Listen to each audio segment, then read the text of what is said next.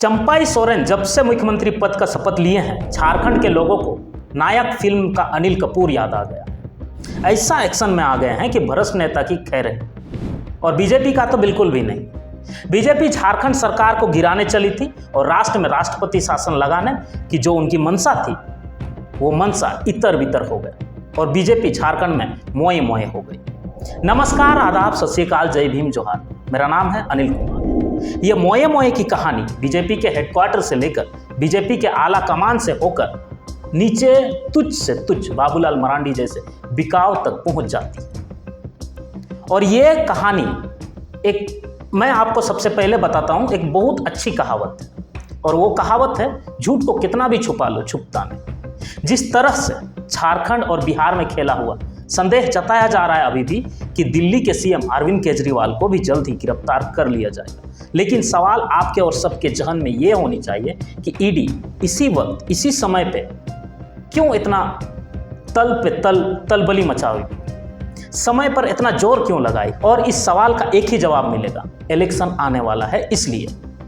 और किसी भी तरह से बीजेपी नहीं चाहती है कि किसी भी विपक्ष दल के मुखिया पार्टी के मुख्य प्रचार प्रसार में हिस्सेदारी निभाए, क्योंकि वो जानते हैं अगर विपक्ष के पार्टी के कोई भी मुख्य नेता अगर पार्टी के प्रचार प्रसार में लग जाती है तो फिर से उस राज्य से बीजेपी का सीट गंवाना पड़ेगा। और किसी भी तरह से पार्टी के मुखिया का गिरफ्तार कर लिया जाए तो राजनीतिक पार्टी वहां पे कमजोर पड़ जाएगी। आपने देखा होगा, जब एक बच्चा अगर अपने क्षमता से किसी भी चीज को कर पाने में असमर्थ होता है और उसको लगता है कि वो रेस से बाहर है तो वो चीटिंग करने लगता है। यही हाल अब बीजेपी का होगा।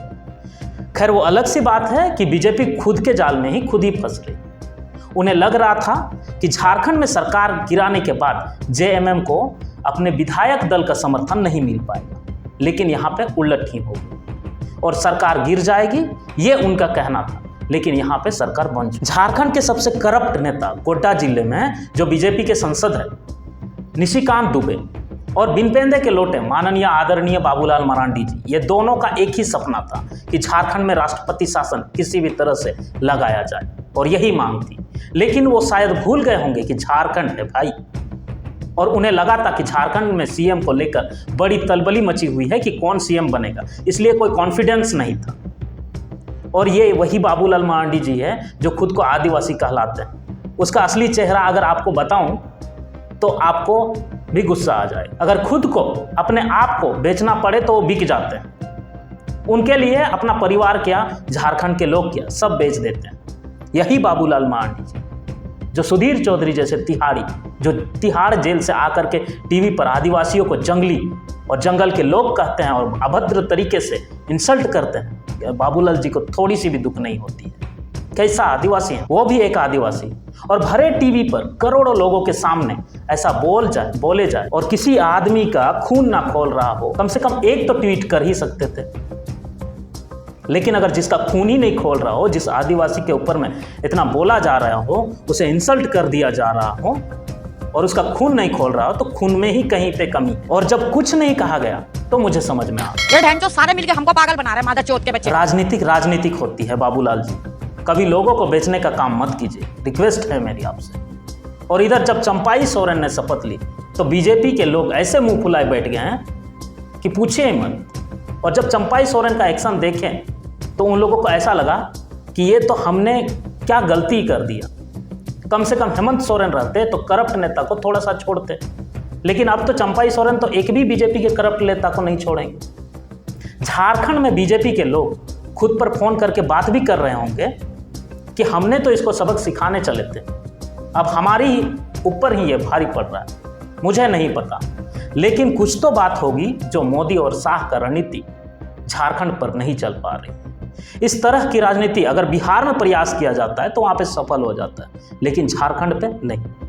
लेकिन पता नहीं कौन सा भूत है झारखंड में जो मोदी और शाह को पकड़ में नहीं आ रहे। चलते चलते हम सोरेन का उस वीडियो को भी दिखाना चाहेंगे जो उन्होंने विपक्ष को ऐसा धोया कि विपक्ष चुन मुन सुन हो गई। उन्होंने ऐसा कहा कि जब सरसों में ही भूत हो तो भूत भागेगा कहां। देश का आदिवासी, दलित, पिछड़ा, अल्पसंख्यक देश के सर्वोच्च स्थान पर पहुंचे। ये नहीं चाहते कि ये जज बने, ये नहीं चाहते ये IAS IPS बने, ये नहीं चाहते ये राजनेता बने। प्रयास हुआ जब हम लोगों ने अलग राज्य का परिकल्पना किया, तब भी इन लोगों ने हंसी उड़ाई कि आदिवासी लोग अलग राज्य लेगा। जब हम सत्ता में आए, आदिवासी सत्ता चला पाएगा, कुछ दिनों में गिर जाएगा। सरसों में ही भूत है तो भूत भागेगा। यहाँ अगर है हिम्मत सदन में तो कागज पटक कर दिखाएं कि 8.5 एकड़ का जमीन हेमंत सोरेन के नाम पर है। अगर होगा मैं उस दिन से राजनीति से इस्तीफा दूंगा। मुझे पता था ये मुझे भी 5 साल पूरा करने में रोड़े अटकाएंगे। मैं BMW कार में घूमता हूं, उसमें भी इनको बैकडोर से हमला कर, पीठ पर हमला कर। मैं आंसू नहीं बहाऊं, आंसू वक्त के लिए रखूं। हम जंगल से बाहर आ गए, इनके बराबर बढ़ गए तो इनकी कपड़े मैले होने लगे। इनके एक एक सवालों का जवाब और एक एक इनके षड्यंत्र का जवाब वक्त आने पर बड़ी माकूल तरीके से दिया जाएगा। हम लोगों ने सर झुकाकर चलना नहीं सीखा। आज के लिए इतना ही। आप अगर इस चैनल पर नए हैं तो YouTube चैनल को सब्सक्राइब कीजिए, बेल आइकन घंटी जैसे आकृति को भी दबाएं। आप सामाजिक आईना को YouTube के अलावा Facebook और Instagram और ट्वीट एक्स हैंडल पे भी फॉलो कर सकते हैं। Instagram ID है सामाजिक_आईना, Facebook ID है सामाजिक आईना, ट्वीट एक्स हैंडल है सामाजिक आईना। इसके अलावा आप हमें भी फॉलो कर सकते हैं। मेरा पर्सनल ID है अनिल चौंडे। आप सभी प्लेटफॉर्म पे आप हमें फॉलो कर सकते हैं। फिर मिलेंगे नए वीडियो के साथ। आज के लिए इतना ही। जय भीम, जय जोहार।